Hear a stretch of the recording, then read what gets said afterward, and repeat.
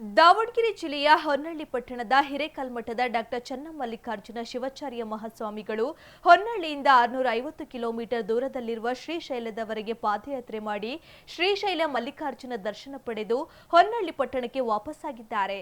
ಸ್ವಾಮೀಜಿ ಹೊನ್ನಳ್ಳಿ ನಗರಕ್ಕೆ ಆಗಮಿಸುತ್ತಿದ್ದಂತೆ ಮಠದ ಭಕ್ತರು ನೂರಾರು ಸಂಖ್ಯೆಯಲ್ಲಿ ಸೇರಿಕೊಂಡು ಸಂಗೊಳ್ಳಿ ರಾಯಣ್ಣ ವೃತ್ತದಲ್ಲಿ ಪಟಾಕಿ ಸಿಡಿಸಿ ಗುರುಗಳನ್ನು ಬರಮಾಡಿಕೊಂಡರು. ಮನುಕುಲಕ್ಕೆ ಸರ್ವರಿಗೂ ಒಳ್ಳೆಯದಾಗಲಿ, ದೇಶಾದ್ಯಂತ ಮಳೆ ಬೆಳೆ ಹಾಗೂ ರೋಗ ರುಜಿನಗಳು ಬರದಂತೆ ಕಾಪಾಡಲಿ ಎಂದು ಪಾದಯಾತ್ರೆಯನ್ನು ಆರಂಭಿಸಿದ್ದು, ಇದು 9ನೇ ವರ್ಷದ ಪಾದಯಾತ್ರೆಯಾಗಿದ್ದು ಇದೀಗ ಪಾದಯಾತ್ರೆ ಯಶಸ್ವಿಯಾಗಿದೆ. 10 ದಿನಗಳ ಕಾಲ ಪಾದಯಾತ್ರೆ ಮಾಡಿ ಮಲ್ಲಿಕಾರ್ಜುನ ದರ್ಶನ ಪಡೆದ ಹೊನ್ನಳ್ಳಿ ಸ್ವಾಮೀಜಿ ಆಗಮಿಸಿದ್ದು ಭಕ್ತರ ಹರ್ಷೋದ್ಗಾರ ಮುಗಿಲು ಮುಟ್ಟಿತು. ಕೃಪಾಶೀರ್ವಾದದೊಂದಿಗೆ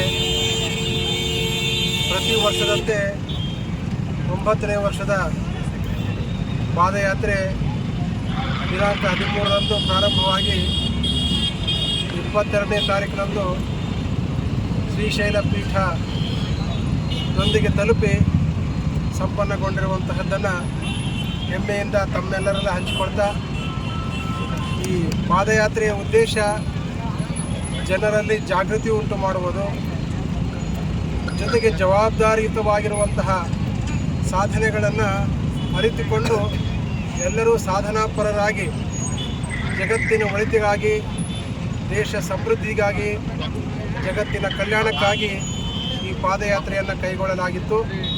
ಈ ಪಾದಯಾತ್ರೆಯಲ್ಲಿ ಪ್ರಾರಂಭದಲ್ಲಿ ಸಸಿ ನೆಡುವಂತಹ ಕಾರ್ಯಕ್ರಮಗಳನ್ನು ಈ ವರ್ಷ ವಿಶೇಷವಾಗಿ ಪ್ರಾರಂಭಿಸಲಾಗಿದೆ. ಭಾಳಷ್ಟು ಕಡೆ ಬಿಸಿಲಿನ ವಾತಾವರಣ ಕಾಣ್ತಾ ಇದ್ವಿ ನಾವೆಲ್ಲ. ಆ ಬಿಸಿಲಿನ ವಾತಾವರಣವನ್ನು ಕಡಿಮೆ ಮಾಡಬೇಕು, ಎಲ್ಲರೂ ಜವಾಬ್ದಾರಿಯಿಂದ ಗಿಡ ಮರಗಳನ್ನು ನೆಡಬೇಕು, ತನ್ಮುಖೇನ ಪರಿಸರವನ್ನು ಸಂರಕ್ಷಣೆ ಮಾಡಬೇಕು, ಆರೋಗ್ಯದ ಸಂರಕ್ಷಣೆ ಮಾಡಬೇಕು ಅನ್ನುವಂತಹ ದೃಢ ಸಂಕಲ್ಪದೊಂದಿಗೆ ಈ ವರ್ಷ ಪಾದಯಾತ್ರೆ ಮಾಡಲಾಗಿತ್ತು. ಅದೇ ರೀತಿಯಾಗಿ ಸುಮಾರು ಕಡೆ ಸಸಿ ನೆಡುವಂಥ ಕಾರ್ಯಕ್ರಮ ಅತ್ಯಂತ ಯಶಸ್ವಿಯಾಗಿದೆ. ಬರುವ ಕಾಲಕ್ಕೆ ಕೆಲವು ಕಡೆ ಆ ಸಸಿಗಳನ್ನು ನೋಡಿದಾಗ ಸಂತೋಷ ಅನಿಸ್ತು. ಯಾಕಂತಂದರೆ ಹಾಕೋದಷ್ಟೇ ಕೆಲಸ, ಆಮೇಲೆ ಅದನ್ನು ಸಂರಕ್ಷಣೆ ಮಾಡೋದು ಯಾರು ಹೊಣೆಗಾರಿಕೆ ಅನ್ನುವಂತಹದ್ದು. ಆದರೆ ಹೊಣೆಗಾರಿಕೆಯನ್ನು ಎಲ್ಲಿ ಹಚ್ಚಿದೀವೋ ಅಲ್ಲಿ ಅವರಿಗೆ ಜವಾಬ್ದಾರಿ ಕೊಟ್ಟು ಹೋಗಿದ್ದೀವಿ. ಅದನ್ನು ಅತ್ಯಂತ ಸಮರ್ಥವಾಗಿ ಅವರು ನಿರ್ವಹಣೆ ಮಾಡಿದ್ದಾರೆ ಅನ್ನುವಂತಹದ್ದನ್ನು ನಾವು ಕಂಡುಕೊಂಡಿದ್ದೇವೆ. ಇದೇ ರೀತಿಯಾಗಿರುವಂಥ ಹಲವು ಸಂಕಲ್ಪಗಳನ್ನು ಈ ಯಾತ್ರೆಯಲ್ಲಿ ಕೈಗೊಳ್ಳಲಾಗಿತ್ತು. ಅದರ ಜೊತೆಗೆ ಆರೋಗ್ಯದ ಸಂರಕ್ಷಣೆ ಆಗಿರಬಹುದು, ದೃಢ ಸಂಕಲ್ಪಗಳಾಗಿರಬಹುದು, ಇಚ್ಛಾಶಕ್ತಿ ಜಾಗೃತ ಆಗಿರಬಹುದು, ಈ ಎಲ್ಲ ಉದ್ದೇಶಗಳು ಈ ಪಾದಯಾತ್ರೆಯಲ್ಲಿರ್ತವೆ.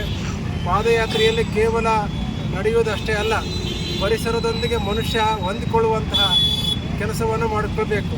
ಮನೆಯಲ್ಲಿದ್ದಾಗ ಎಲ್ಲವೂ ಬೇಕಂದ ವಸ್ತುಗಳು ಸಿಗ್ತವೆ, ಆದರೆ ಪಾದಯಾತ್ರೆಯಲ್ಲಿ ಮಾತ್ರ ಬೇಕಂದ ವಸ್ತುಗಳು ಸಿಗೋದಿಲ್ಲ.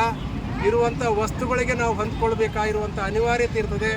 ಆ ಇರುವಂಥ ವಸ್ತುಗಳ ಜೊತೆಗೆ ಅನಿವಾರ್ಯತೆಯಿಂದ ಹೊಂದಿಕೊಂಡು ಪಾದಯಾತ್ರೆಯನ್ನು ಸಂಪನ್ನಗೊಳಿಸಲಾಗಿದೆ. ಆ ಗುರುಕೃಪೆ, ಭಕ್ತರ ಸಹಕಾರ, ಅನೇಕ ಪಾದಯಾತ್ರಿಗಳು ಈ ಪಾದಯಾತ್ರೆಯಲ್ಲಿ ಪಾಲ್ಗೊಂಡಿದ್ದಾರೆ.